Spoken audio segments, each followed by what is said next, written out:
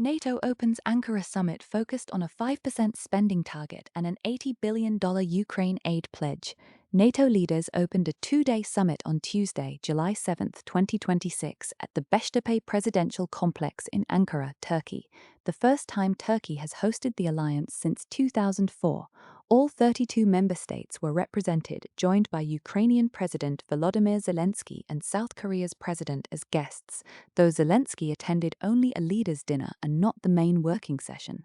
Two issues dominate the gathering: how fast members will move towards spending 5% of GDP on defense, and a pledge that Europe and Canada will provide Ukraine roughly €70 billion, about $80 billion in military aid annually for both 2026 and 2027, a combined total near €140 billion. Every side agrees on the basic outline: the 5% target, 3.5% for core defense plus 1.5% for related spending, due by 2035, was set at NATO's June 2025 summit in The Hague, not invented in Ankara, though Spain received a formal exemption from it. European allies and Canada already spend close to 4% of GDP and added about $139 billion in core defense investment in 2025. The Ukraine pledge combines an EU loan of roughly €30 billion a year with money individual countries had already committed, and reporting indicates the United States itself is not contributing funding to this specific package. Trump wants the 5% target hit faster than 2035, and the Pentagon has separately announced plans to withdraw about 5,000 United States troops from Germany. Zelensky is seeking more Patriot systems and interceptors, and the summit opened after a rough week for Kyiv.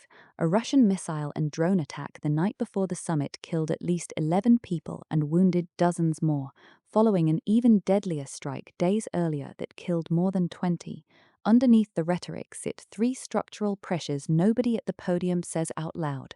Washington is trying to lower its fixed costs in Europe and shift conventional defense onto allies while keeping its leverage, a pivot toward other theaters that predates this summit and will outlast it.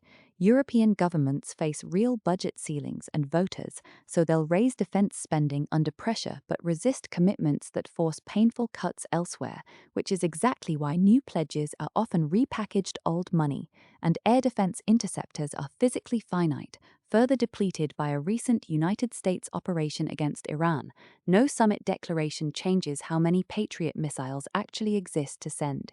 Each side sees the summit through its own lens. The Trump administration argues a wealthy Europe free rode on American power for decades, and that the 5% target and a faster timeline simply restore fairness. A gradual troop drawdown is framed as rational reallocation toward Asia and the Middle East.